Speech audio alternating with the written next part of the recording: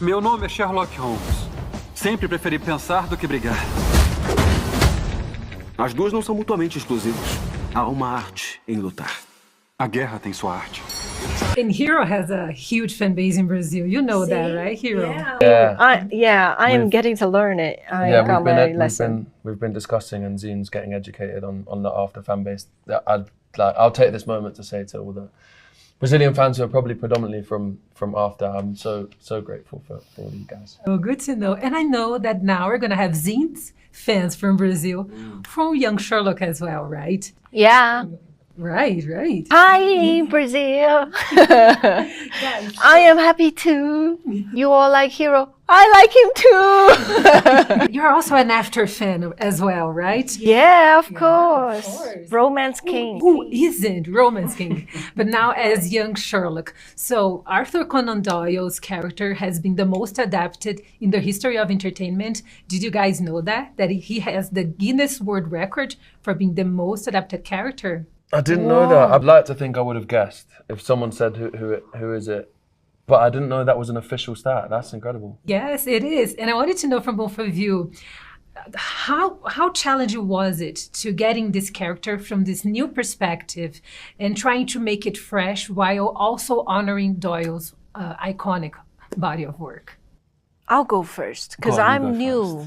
Because Doyle didn't write about me. It's different for me. So I had like the freedom, and I felt so grateful being invited into the Sherlock universe. And I was fascinated by the writing from Matthew Parkhill from the episode 1 to 4. He invited me, and I thought, wow, this character is just she's gonna have a great arc, and I believe in her.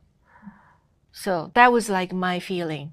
And for me, I need to have fun. I need to like take the welcomes. What about you, Hero? Yeah, I've always been a fan of Sherlock, so I've always watched. I've watched Guy Ritchie's versions first, probably, and then Benedict Cumberbatch for BBC, and I watched both of these multiple times. So I never thought I was never watching them thinking I'll play Sherlock one day, or that I want to, or anything like that. So when the opportunity came about, I was like, it was surreal. It was, yeah, I couldn't believe it.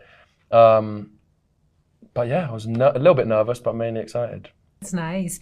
And Guy Ritchie is very famous for making those insane montages of Sherlock's brain, how his minds work. How was that for you, Hero, trying to get in that perspective of Guy Ritchie, especially because this is a very particular thing of his directing style, right? Yeah, so when you work with Guy, you trust him because he's so experienced and you know he knows what he's doing. But he's very relaxed and likes to change things last minute. So the first few scenes, he's gonna change dialogue, and you're a bit nervous, but you're okay with it. You know, you trust him. And then we got to the Mind Palace scenes, and he was still having all these ideas last minute, and I think we started to get a little bit terrified because this feels like something you really need to like map out. There are rules. You need to be consistent with your rules. You can't just completely make it up. But as we know, he's done it before with the Robert Downey Jr. And Jude Law version, and it's incredible in the way they do it in that. It's iconic, really.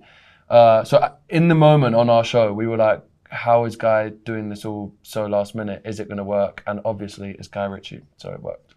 Nice. And Zine, Sherlock is the most brilliant mind in the world, but Gallen is not right behind because she can see right through him in so many moments. Did you feel that there was a moment in the show that you felt that your character outsmarted Sherlock on screen? Never. Never? Because we both understand like Sherlock is the smartest person in the room. And for my character, where I can come in is by utilize his intelligence. Make him my tool. I think there are moments, though. Which moment, though? The bell tower scene. You don't think she'd get best sim? That's because you don't see me in the shadow. Yeah, okay. We're clearly in disagreement here, but I do think that Zine's character definitely gets the better of Sherlock sometimes. I have to say that I agree with both of you, because when she said about the fact that Gallen is using Sherlock's smartness, let's put it like that, in her favor, she does that in that specific scene as well. So I do think that we're kind of like in the middle. I don't know. Maybe Sherlock smarted him, but using his own techniques. I don't know. I like how he thinks that I outsmart him because that's the goal. But I know what I'm doing too, so. Amazing. I love that answer. And if you guys could send a message to Arthur Conan Doyle and tell him about the 2026 reimagining of his world, what is the one thing that you think would shock him? Me, my princess character. He will be so happy about it.